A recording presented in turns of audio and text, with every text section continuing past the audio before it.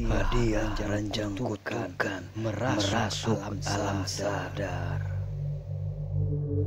Saya Ratih. Usia saya sekarang sudah 25 tahun. Dulu kami tinggal di Jepara. Ketika saya berumur 8 tahun, saya diberi hadiah kado oleh ayah berupa ranjang yang sangat bagus. Saya pun senang sekali. Ranjang itu bukan seperti ranjang-ranjang yang dijual di toko. Bahannya dari kayu serta berukiran khas. Kata ayah, ia membeli ranjangnya dari salah satu teman yang bernama Pak D. Marwoto. Sekarang beliau sudah tiada.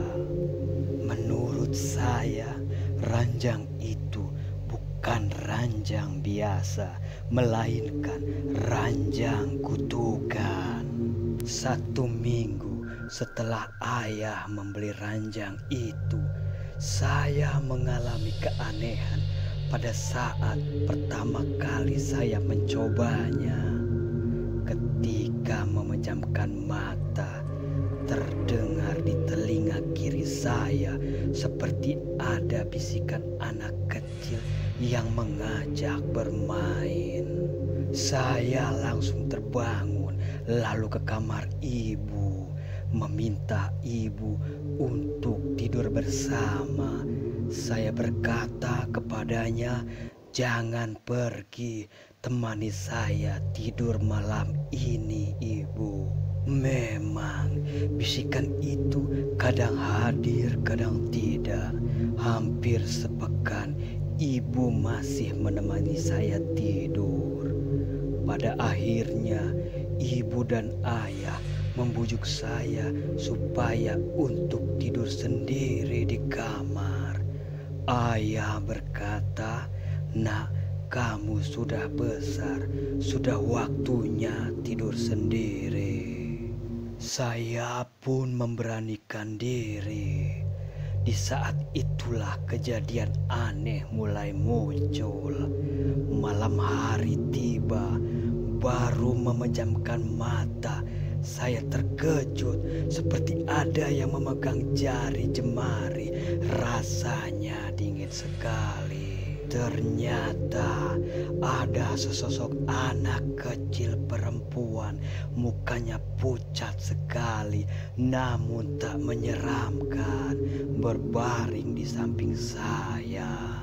Ia pun berbisik ke telinga, "Temani saya bermain," sambil memegang boneka kesayangan yang disimpan di lemari. Tanpa sadar, akhirnya kami pun larut bermain malam itu.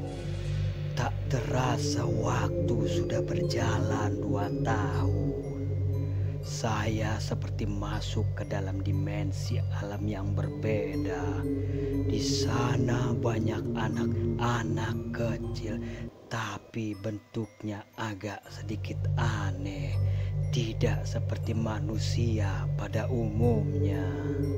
Mereka terus saja mengajak saya bermain hingga mereka tak mengizinkan saya untuk pulang. Ibu dan ayah menyadari seperti ada kejanggalan pada diri saya.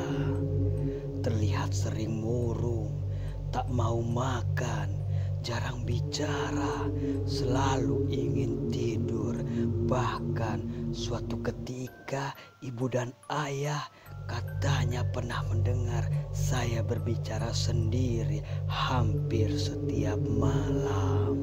Mereka semakin khawatir dengan keadaan saya.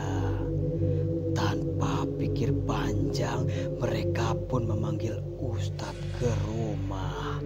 Akhirnya mereka tahu apa yang terjadi pada diri saya. Ranjang itu pun dibuang dan dibakar. Untung saja mereka cepat mengetahui keadaan saya. Bila itu berangsur lama ada kemungkinan saya akan masuk ke dalam dimensi lain alias dimensi alam gaib. Begitulah kisah mistis yang Ratih alami. Semoga cerita tadi dapat menemani waktu istirahat kalian.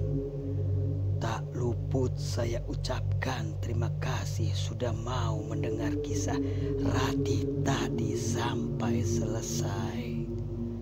Selamat malam. Sampai berjumpa lagi dalam kisah-kisah yang menyeramkan dan mencekam di